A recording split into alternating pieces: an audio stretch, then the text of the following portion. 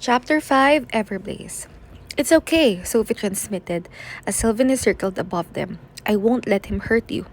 But as Grateful trashed again, nearly pulling Jerick over, she wondered if she could really keep that promise. Everything about Grateful was fierce. His wild eyes, the constant twitching in his bulky muscles, the gleam of his teeth as he tried and thankfully failed to snap through the thick rope holding him. And yet, the cold waves rippling through Sophie's mind felt more like fear than rage. Careful, keep warm, as Sophie took a step closer. I'm getting the some I'm getting some pretty serious I will bite your hand off if you touch me vibes. It's okay, Sophie transmitted. I'm not going to hurt you. Greyfell stamped his hooves. Sylvanie whined. Sylvanie whined. I'm not sure how to read that. Transmitting, Sophie, danger, fly! But Sophie ordered her to stay back, wishing she could block Sylvanie's panic shouts from her head.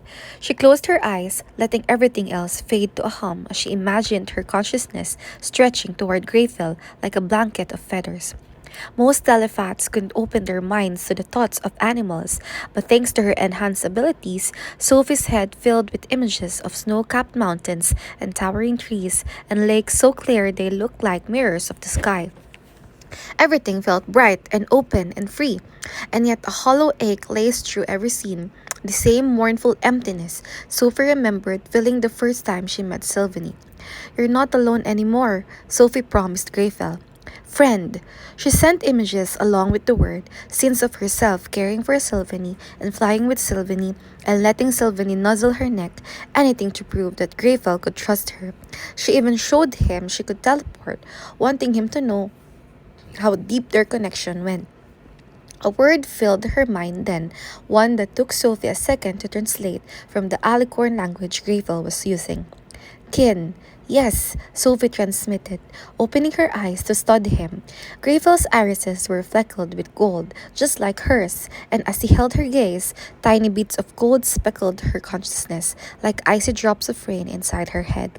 The more she concentrated on them, the more they turned into a steady stream, then a downpour of nightmares. Sharp-toothed beasts and humans with gleaming weapons, chasing, hunting out for blood. Screams and war cries echoed in her consciousness as the ache of scars still healing brought tears to her eyes.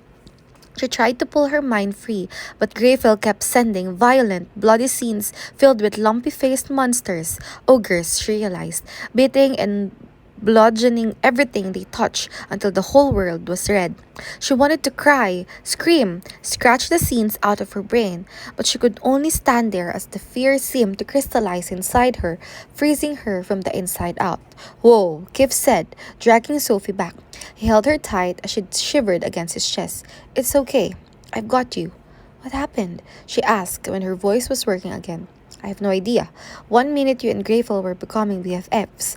Next minute you were shaking and Greyfell was trashing so much Jerick had to sedate him.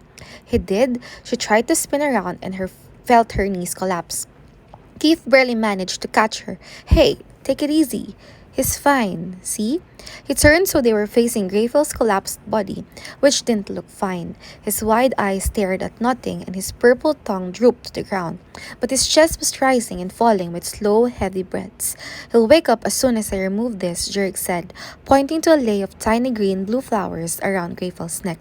Sophie usually loved anything teal, but there was something ominous about the pointed petals, like nature was trying to warn everyone to stay away. Dream lilies, Jerick explained.